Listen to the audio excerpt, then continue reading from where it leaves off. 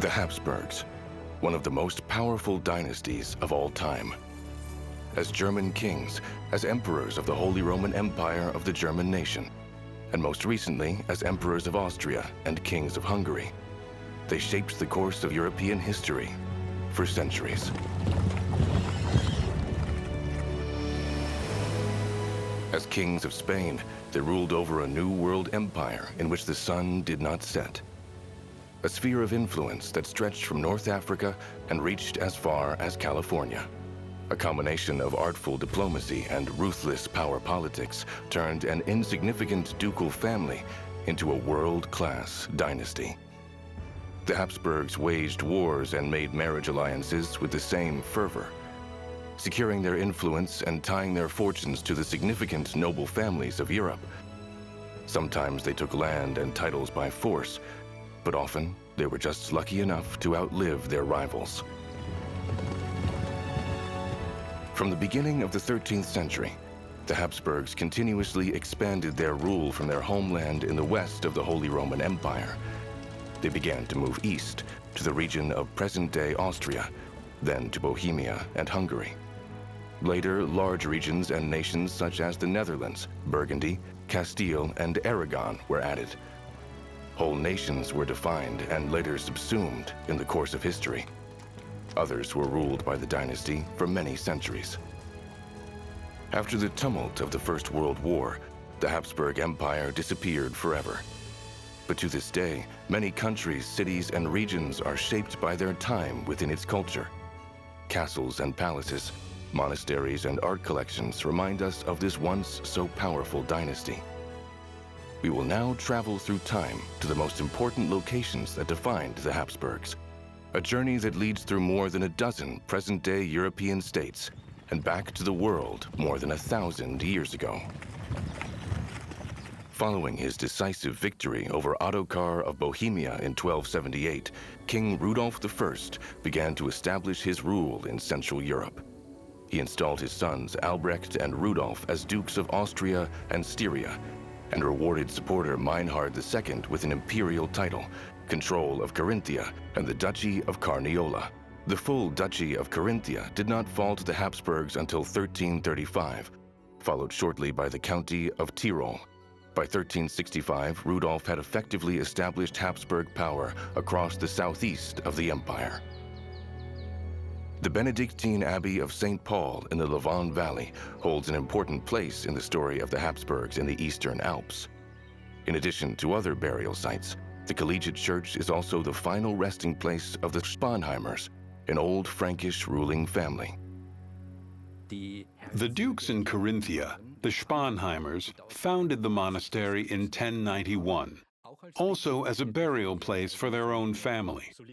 Today, the Spanheimers are buried next to the Habsburgs in the Collegiate Church. And there have always been points of contact, be it through disputes with the Habsburgs, but also the protection of the monastery. The Spanheimers were replaced by the Meinhardingers, who were ultimately replaced by the Habsburgs.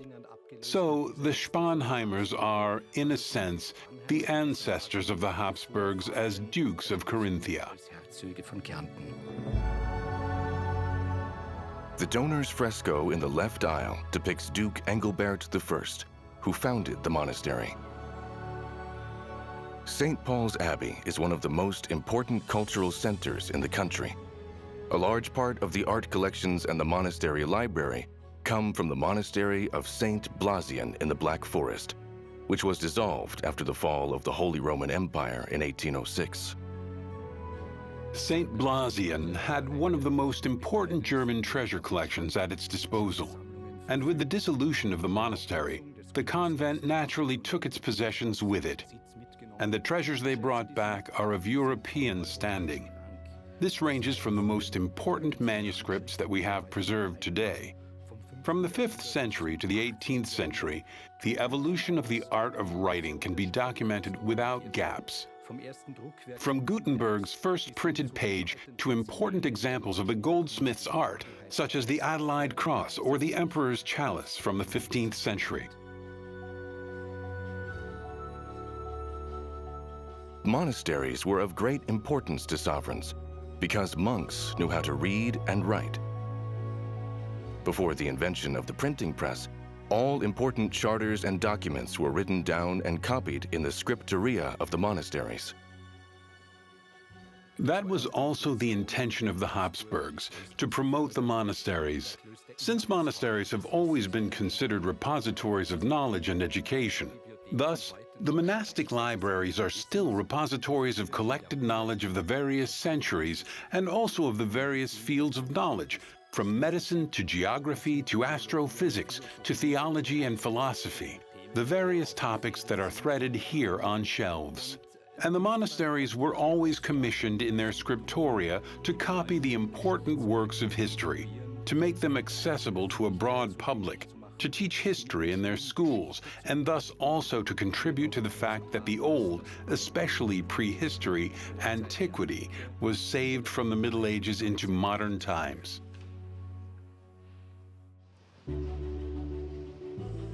A journey through time to the places where the Habsburgs lived and ruled will always lead to Vienna.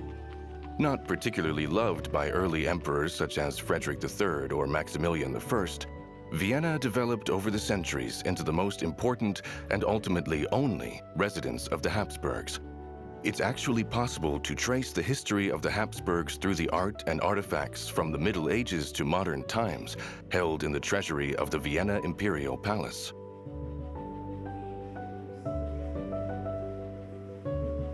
In the Vienna Treasury, we have the most important coronation treasure in Europe. This is the only surviving collection of garments, insignia, and symbols of power in the general sense of the Middle Ages that we have preserved here in the Western world. These include textiles that have suffered particularly over the centuries, especially where they have been used again and again. So it's a small miracle that we have preserved this regalia with the robe, the alba, and the tonicella. Various components in this quality and in this condition, although they were used a lot or were used again and again at intervals, and therefore, of course, also suffered and had to be restored many times.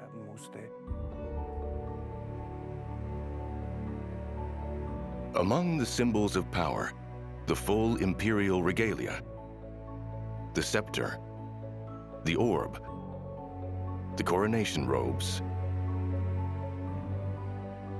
and the crown. There have been many crowns in the course of history, but none so awe-inspiring with such mythic status as the imperial crown. Legend has it that Charlemagne wore it. External signs were of great symbolic power and important in order to legitimize claims to power and to make them visible to the outside world. The imperial crown is indeed one of the most important political symbols in the history of Europe over the last 1,000 years. The vast majority of crowns have been lost, simply because they were later reworked or melted down. This crown has actually been used for many centuries as the crown at the coronations of the ruler of the Holy Roman Empire. The interdisciplinary research project, The Crown, is now intended to shed light on how old the imperial crown actually is and how often it has been revised. For this purpose, for example, the goldsmith's work is examined or chemical analyses of the alloy and the enamel work are carried out. What is certain is that in 1792, Francis II was the last Habsburg to be crowned Emperor of the Holy Roman Empire of the German nation with this crown.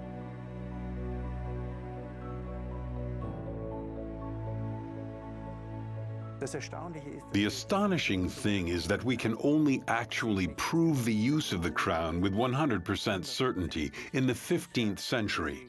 This means that the evidence only begins with Frederick III, who was crowned in Aachen in 1442. And we know that simply because there are sources, because there are documents. There is a letter in which he specifically asked the city of Nuremberg, where the crown was already kept at that time, to send it to Aachen.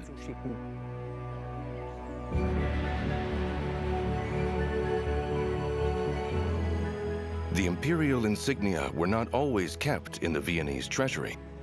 A search for traces leads to Karlstein in the Czech Republic. The mighty castle was founded by Emperor Charles IV after his election as King of the Holy Roman Empire in 1346.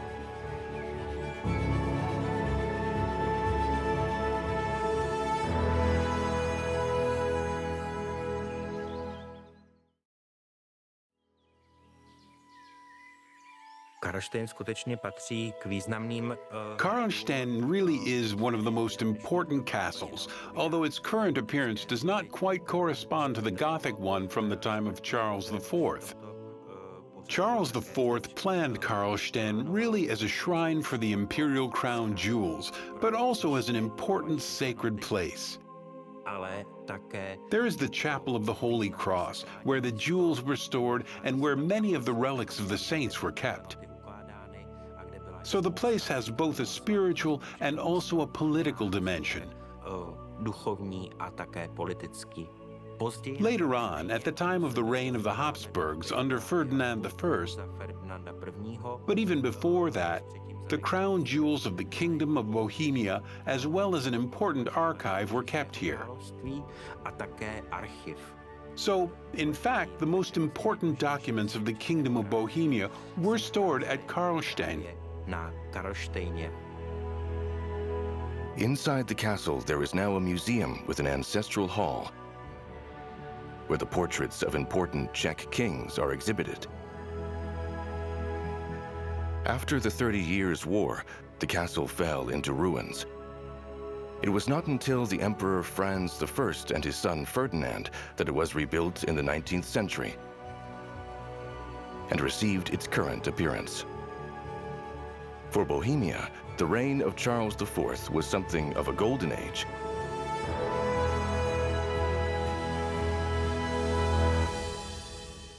Charles, who was born in Prague and originally baptized with the Czech name Wenceslav, is still considered one of the most influential rulers of his time. Many buildings in Prague date back to Charles IV. The Charles Bridge remains one of the most beautiful landmarks of the city. During his reign, the first German university was founded, and construction work began on the Gothic St. Vitus Cathedral on Prague's Castle Hill.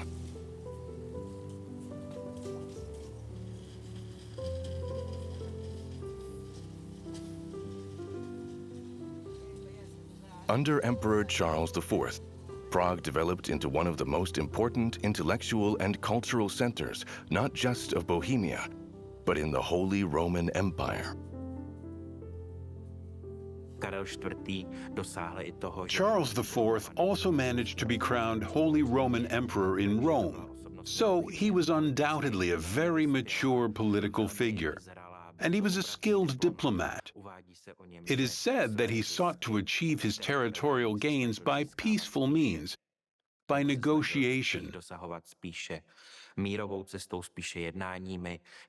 His diplomatic activities were astonishing.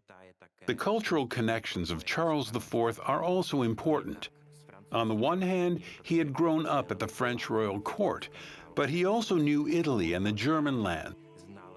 And he had a close connection to the Czech heritage of the Přemysliv dynasty. St. Vitus Cathedral is also the burial place of numerous Bohemian princes, kings, and Roman German emperors. In a side chapel lie the remains of one of the earliest princes of the Přemysliv dynasty, Wenceslaus of Bohemia. While Charles IV gradually developed Prague into a beautiful residential city, his Habsburg son-in-law in Vienna, Duke Rudolf IV, watched his father-in-law's ambitions with growing jealousy. In any case, Rudolf IV was also often in Prague, and it is said that he was inspired, whether positively or negatively, by the example of his imperial father-in-law. I might even call it that. It was a kind of jealous, anxious imitation of something that was probably unattainable for Rudolf IV. Because, as we know, Charles was emperor. He was also the king of Bohemia and owned numerous large and rich estates. At that time, Austria was simply one of many territories of the empire. Rudolf IV, on the other hand, was only a duke, not even entitled to the title of archduke. So I would say that Charles was a very strong inspiration for Rudolf, but he couldn't really compete with Charles. Rather, he tried to emulate Charles very, very intensively.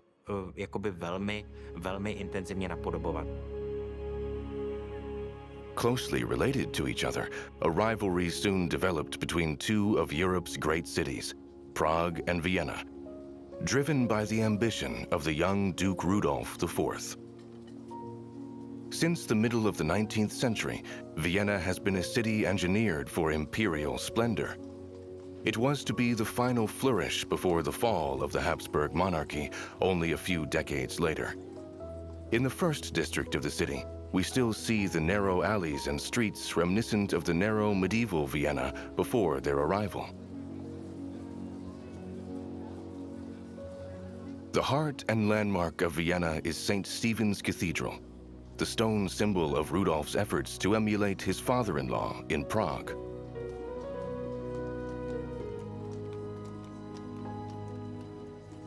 When constructed, it towered over the then quite small city of Vienna.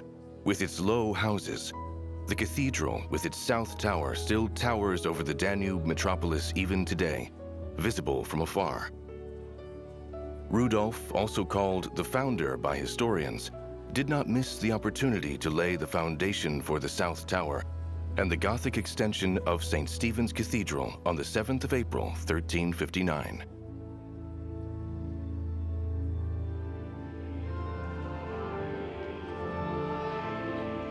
Today, St. Stephen's Cathedral is not only a tourist attraction, but continues to be an important center of faith for people from all over the world.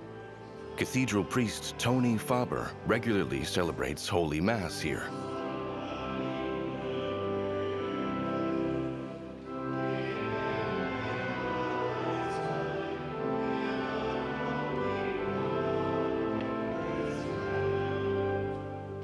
When Tony Faber thinks of the Habsburgs, especially the creative will of Rudolf the Founder, he sees firsthand the inheritance it has left. Historically, we can be immensely grateful to the House of Habsburg. St. Stephen's Cathedral would not exist without Habsburg. Of course, Duke Rudolf IV, the founder, did a tremendous job. It fascinates me that a young person has such grandiose thoughts, to the point of being a bit of a megalomaniac. It is this fascination that he died at the age of 27 and yet left behind something lasting. The Gothic-style church has been rebuilt, and I am immensely grateful to Emperor Frederick III, who is also in my heart and in my eyes every day when I enter the cathedral. And whenever I am to be buried right next to the ducal crypt, this close connection with the House of Habsburg will continue beyond my death. Duke Rudolf IV, whom we call the Founder, is of immense interest to St. Stephen. In 1359, he laid the foundation stone for the Gothic extension of St. Stephen's, as it is said, with his own hand and silver utensils. The South Tower of St. Stephen, the symbol of this city, the famous Staffel, is, so to speak, the most important project of Rudolf IV. And he made sure that his memory was kept alive here in this church, to which his whole love belonged, as he himself said. In 1363, on the occasion of his brother's early death, he had the ducal crypt built directly under the high altar and above it, the so-called God Corpse altar, the high grave on which the reclining figures of his wife Katharina and himself lie, and on which he had himself depicted.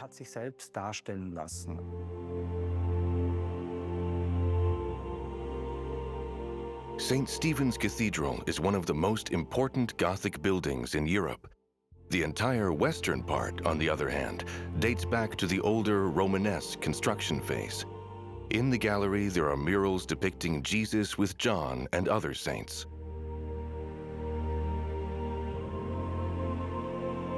In the Apostle Choir is the monumental tomb of the Holy Roman Emperor Frederick III. The emperor had died in Linz in 1493 at the ripe old age of 78. 20 years later, his body was finally laid to rest here.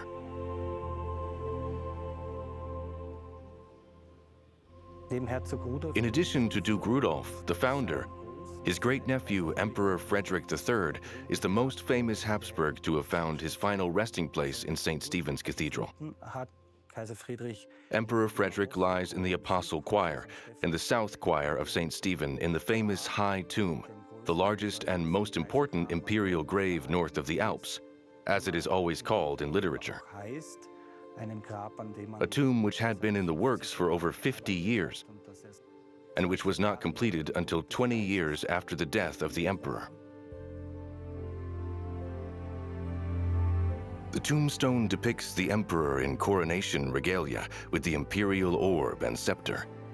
Also to be read are the letters A-E-I-O-U, an abbreviation for Frederick's motto, the meaning of which has been puzzling for over half a millennium. Presumably, they stand for Amor electis in justis ordinor ultor. I am loved by the chosen. For the unjust, I am ordained an avenger.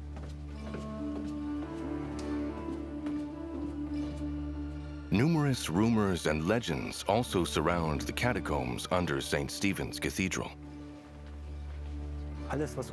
Everything that is underground, everything that is called catacombs, inspires people's imagination. There is not only a story to be told about it, but a lot of gossip too. Supposedly, the Templars still meet in the catacombs today. The Freemasons have their premises down here, and there is a counterfeiting workshop in the catacombs under the cathedral. I couldn't discover any of this, and there is no record of it. A persistent rumor that continues to this day is that there was a mass plague grave in the so-called new part under St. Stephen's Square of the catacombs. This may not be such a rumor, as this room is full of bones that were thrown down here in a disorderly manner.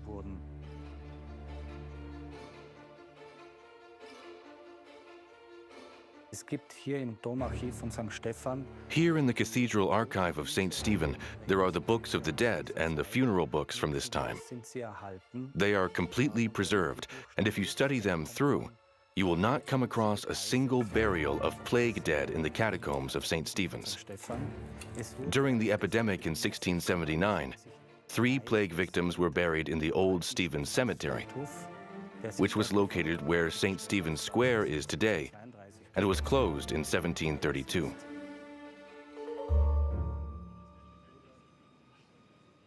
Among the numerous art treasures in St. Stephen's Cathedral are stained glass windows, which are among the most important picture cycles of medieval stained glass in Europe. The Habsburg panes in the Bartholomew Chapel. The Habsburg windows was a political program of really enormous dimensions, which seemed not too big for Duke Rudolf IV. He has commissioned the artist to create a real genealogy here, which leads from the 3 kings via other kings directly to the Habsburgs. For him, the effort was to really show in the history of salvation of Christianity that the Habsburg family wanted to take on a very special role to create something lasting, and that has remained, even if some of the Habsburgs' undertakings would no longer be imaginable today. A visit to Vienna in the footsteps of the Habsburgs also takes many guests to the Capuchin Crypt in Vienna's city center. From the early 17th century, it has been the largest and most important burial place of the Habsburgs. It was founded by Emperor Matthias and his wife, Anna. Emperor Ferdinand III was the first after Anna and Matthias.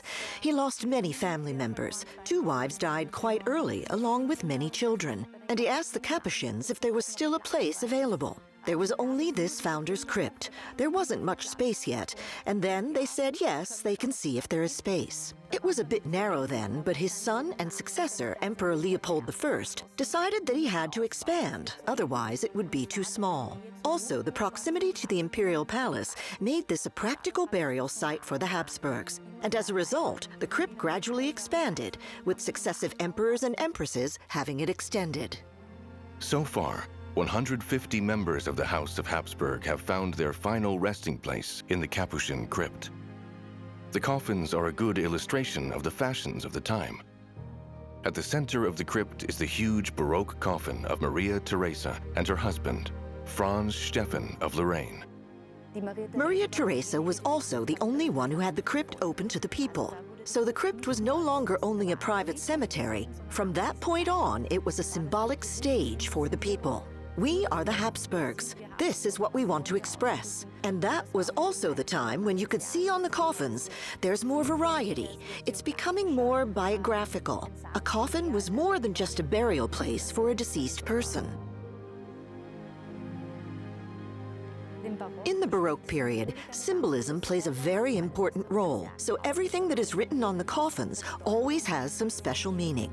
Very important, for example, is the skull, which is always depicted with some defects, for example, without teeth, without lower jaw, because the emperor wanted to express his personal mortality in this way. It is an obvious contrast. Even if he is more important in his lifetime, much more important than any peasants, in death we are all equal.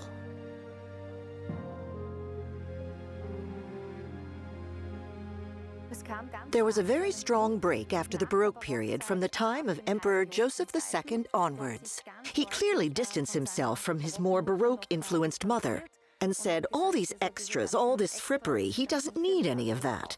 It has to be just good, simple, and he didn't want to create a stage around this anymore. He thought it was ridiculous, even at his coronation.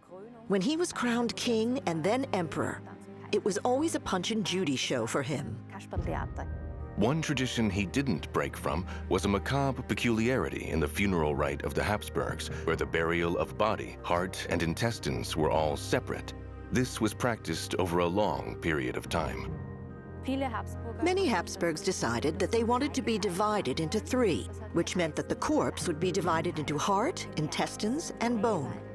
The hearts went to the Augustinian Church, the entrails to St. Stephen's Cathedral, and the bones are buried here with us. The idea behind it was of religious nature.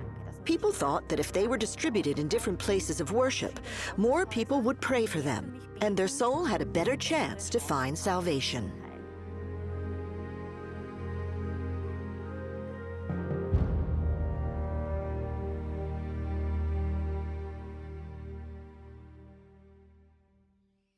One of the most important places of remembrance of the Habsburgs in Austria is the castle of Wiener Neustadt.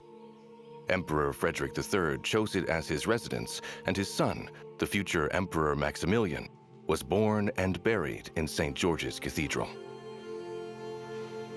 Maximilian had various plans for his burial. He considered the Cathedral of Speyer as well as Innsbruck, where he had a monumental tomb erected. In the end, however, he wanted to be buried like a penitent, so he had his hair shaved and his teeth knocked out.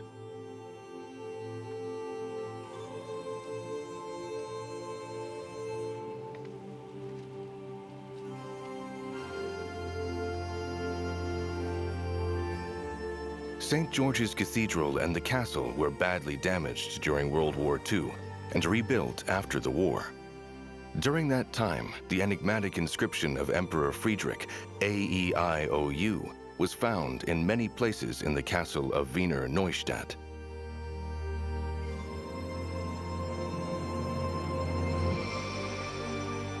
Emperor Maximilian rarely stayed in Wiener Neustadt, and as a result, the castle lost its significance as an imperial residence. In 1751, Maria Theresa designated the castle as the site for the aristocratic cadet house, from which the Theresian Military Academy, the oldest military school in the world, emerged.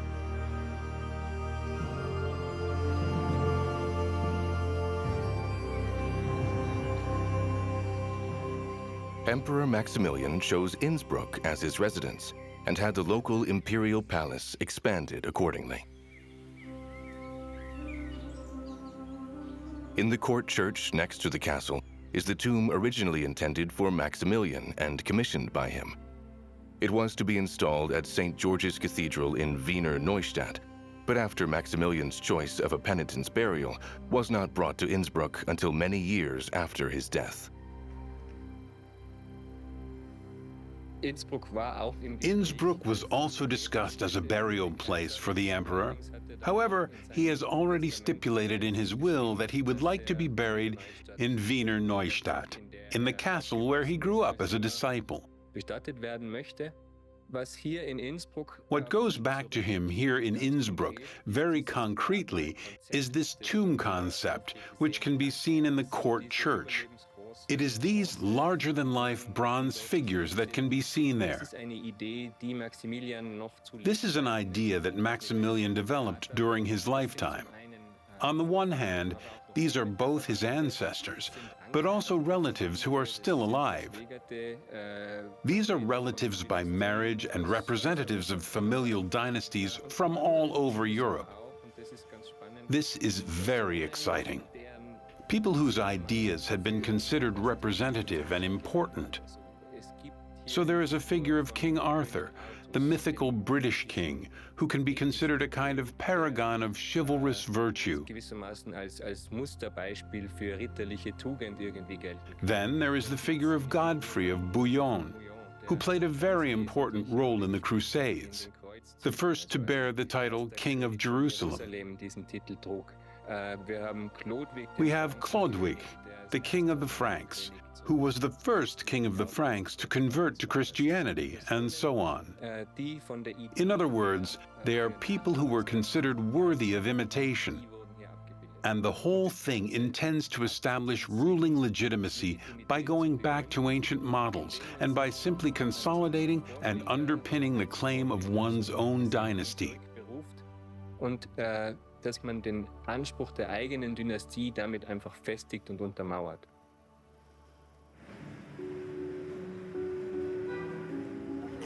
Maximilian had a special affinity for Tyrol and Innsbruck, not only because of his passion for hunting. Maximilian has left a whole series of traces in Tyrol. The cityscape of Innsbruck with the landmark par excellence, the Golden Roof, dates back to Maximilian I. But there are also completely different things that moved Maximilian in Tyrol and that kept his presence in Tyrol present to this day. The importance of Schwaz as a mining town, the silver chamber of the empire, so to speak, was also closely connected to Maximilian. During this time, politics was very often pursued through military actions, not only by the Habsburgs. And this devours vast amounts of money.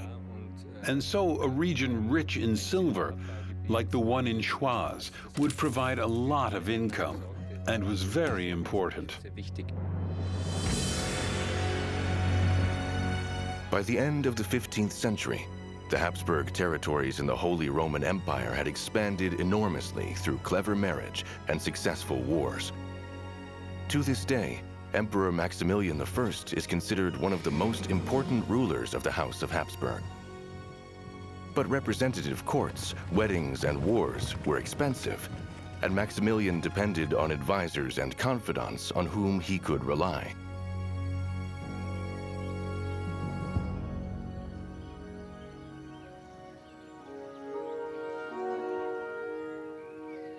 Rodeneck Castle, high above the Puster Valley in South Tyrol, is one of the mightiest fortifications in the country. Built on a prominent rock above the Rheims Gorge, it was virtually impregnable in the Middle Ages. The castle is particularly interesting because it also evokes the story of a friendship between one of the most powerful men of his time and one of his most loyal vassals.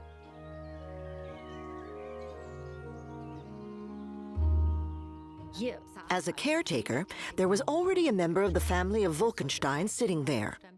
This was Oswald II of Wolkenstein, the son of the famous minstrel Oswald von Wolkenstein. His son, Veit, was actually a confidant and counsel of the Habsburgs since his youth. And in 1491, in gratitude for this close connection, which could perhaps also be described as friendship, Maximilian gave his counselor, Veit von Wolkenstein, the castle and the court of Rodeneck.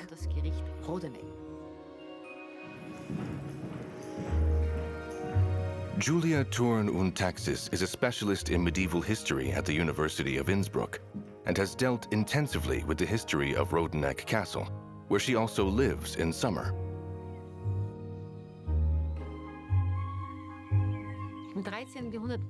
In the 13th century, there was also a real push to promote the arts at the royal court. And this is why Rodeneck has actually become very famous internationally. Here lie the Ewine frescoes in the old Romanesque core of the castle. There you will find a rather small room with a profane picture cycle, which shows scenes from the Ewine epic. That is unique in itself, but it also shows the international networking of such families within a European context. The frescoes depict the adventures of Ewine, a knight of the Round Table at the court of the legendary King Arthur. Perhaps they also impressed Emperor Maximilian, who was a lover of chivalrous virtues.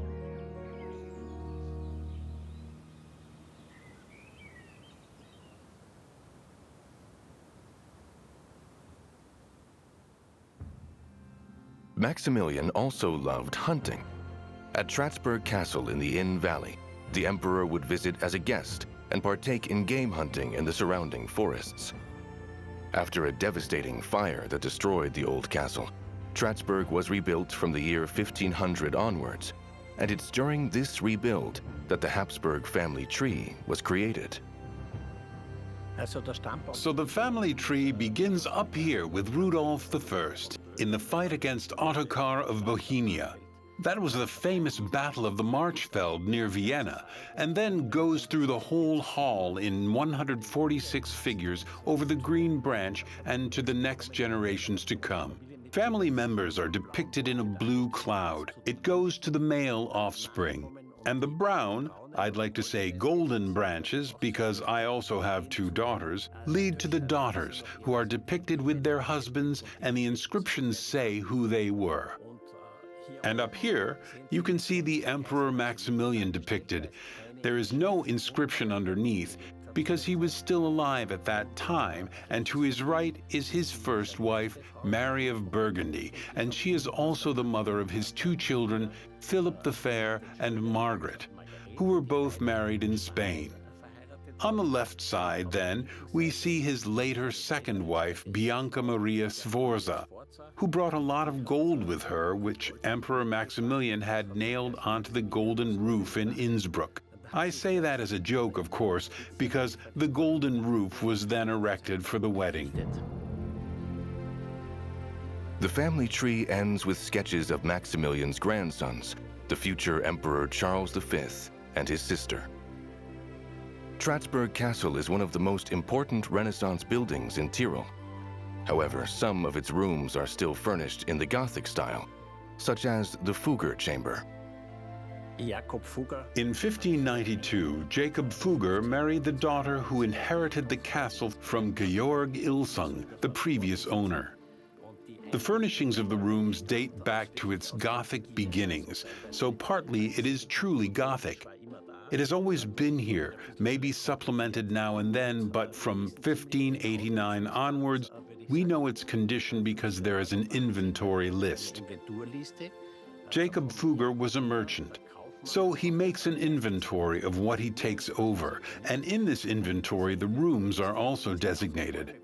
For example, this is the chamber of Jacob Fugger, this is the Habsburg Hall, and so on. So the names of the rooms we use today are still from that time. They are all labeled by the inventory list. Based on the furniture in these rooms, you can roughly imagine how the better-off people lived back then. This is a very oversized room, which was always heated with a large tiled stove, mostly from the outside. That's why they are also called backloading stoves. Next to it is a washing table where you can freshen up. And the next room is always the sleeping chamber with chests and wall cabinets. So the furnishings are very different from today. And there was, of course, a lot of staff. We can't reconstruct it exactly, but on the basis of various servants' rooms and kitchens, you can roughly imagine how many people lived here. Certainly 20, 30 minimum, I would say. Es waren sicher 20, 30, würde ich sagen, mal Minimum.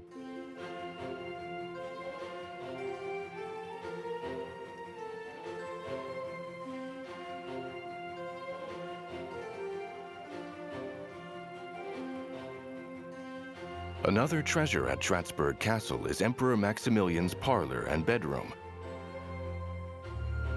Both rooms are simply furnished and have nothing in common with the expensively decorated, public-facing courtly rooms of the last night.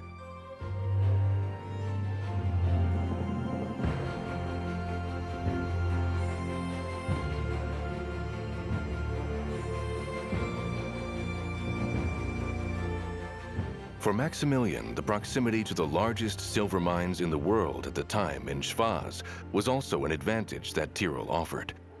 The mints of the empire, such as those in Vienna or Hall in Tyrol, ensured that the state treasury was always full. The Habsburgs, not only Maximilian I, but many Habsburgs spent more money than they had and repeatedly sold coinage rights to cover their debts. They sold these coinage rights for individual territories to other people and received money back into the state treasury in return.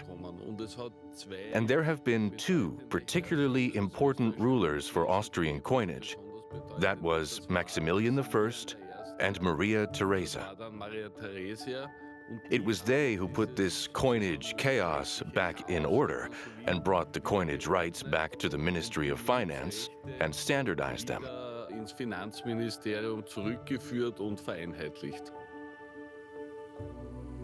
Hastings Castle in Hall in Tyrol is an important symbol of Habsburg fiscal policy. It is thanks to the Tyrolean Duke Siegmund, who is said to have a dissolute lifestyle, that a mint was founded in there. Friedel with the empty pocket and Sigismund the rich in coins were Tyrolean Habsburg dukes, and they moved the Tyrolean mint from Meran to Hall in Tyrol. Why did they do this? At that time, there was a mountain in Schwaz in Tyrol that consisted almost entirely of silver ore, and this was mined and then used to mint coins in Hall in Tyrol. Today, Hastings Castle is home to a museum where you can see a replica of a coin minting machine from the 16th century. With the water-driven roller minting machine, 4,000 coins could be minted per day. Coinage has developed a lot technically, mainly the machines, but the basic processes have remained the same. So the metal was always melted, coin blanks, so-called blanks, were always produced, and the coin was always struck from these blanks. This is still the case today. Of course, with modern technology, the paths are much more efficient and accurate and careful today. In the past, you really struck a coin, that is... Blanks were casts, cut out from plates. At that time, children had them inserted into these molds.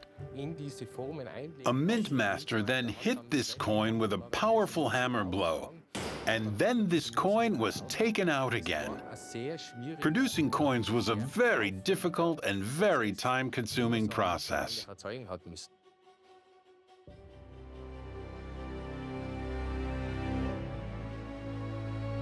It was not only wars, courtly entertainment, and tournaments that were expensive, but also the maintenance of the court, the expansion of fortifications in Habsburg lands, and a growing empire that devoured large amounts of money. And so there was a mint near the Viennese court, even before the Habsburgs.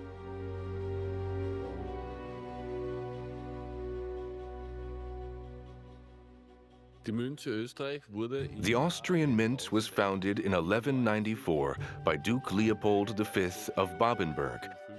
And since then, the mint of Austria has always been adapted to the respective ruler's circumstances. So first there was the Babenberg mint, then one of the Habsburg mints, and since 1918, the Mint of the Republic of Austria. Sind wir die Münzstätte der Republik Österreich.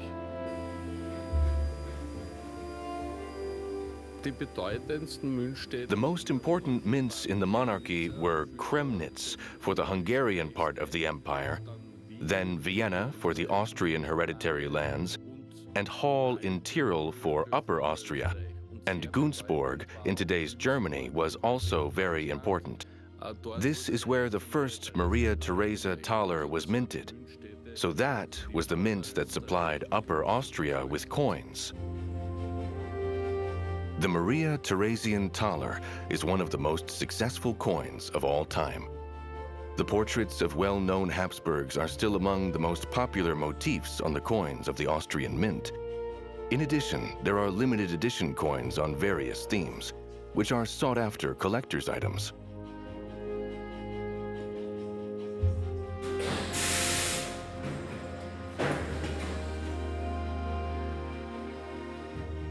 The Habsburgs also recognized the importance of coins as a symbol of rank and power. Particularly precious are medals issued to commemorate certain events without a face value.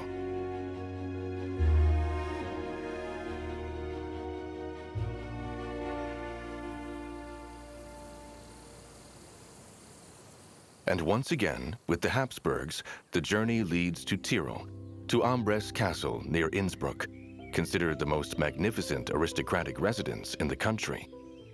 Ferdinand II of Tyrol had the medieval castle rebuilt in Renaissance style as a residence for his family. Ambras Castle has been famous since the 16th century for its armory, with numerous magnificent cabinets and its unique collection of art and curiosities. Before Archduke Ferdinand became sovereign of Tyrol, he was appointed governor of the Kingdom of Bohemia and resided in Prague. In all probability, he has already begun to collect in Bohemia. For we know that when he moved from Prague to Innsbruck, very large quantities of armor were brought here. Die eben hierher gebracht worden sind.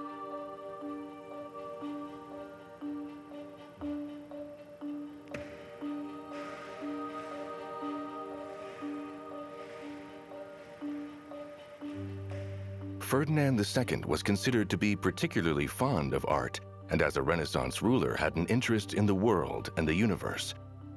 He had a separate wing built for his collections, such as the Heroes' Armory, which is why Ambras Castle is often referred to as the oldest museum in the world.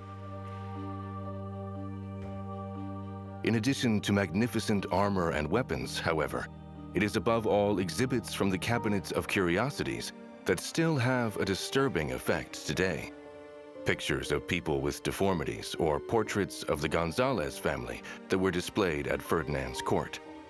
The members of the Gonzalez family were extremely hairy due to a genetic condition and became mainstays at the Habsburg court and lived a life of privilege, at what cost we will not know. In this collection, Archduke Ferdinand has certainly collected on a small scale what the world also represents on a large scale.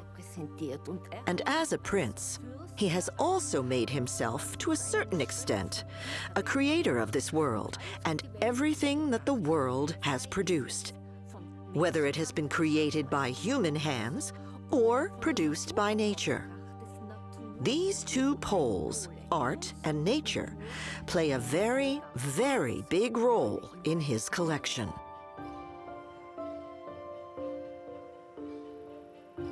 Impressive is a ceiling painting of the starry sky, painted around 1586 by the Italian Renaissance painter Giovanni Battista Fontana. In keeping with the taste of the time, a garden in the style of the Italian Renaissance was also laid out around the castle. Schloss Ambras ist auch ein Ambras Castle is also an architectural monument of the Renaissance. Renaissance, wenn man diesen Actually, a total work of art of the Renaissance. Archduke Ferdinand had the originally medieval castle of Ambras converted into a Renaissance residence for his first wife, Philippine Welser. Ehefrau Philippine Welser He also gave her the castle as a gift, gemacht. so that she would be well secured materially for any difficulties. Materiell gut abgesichert ist.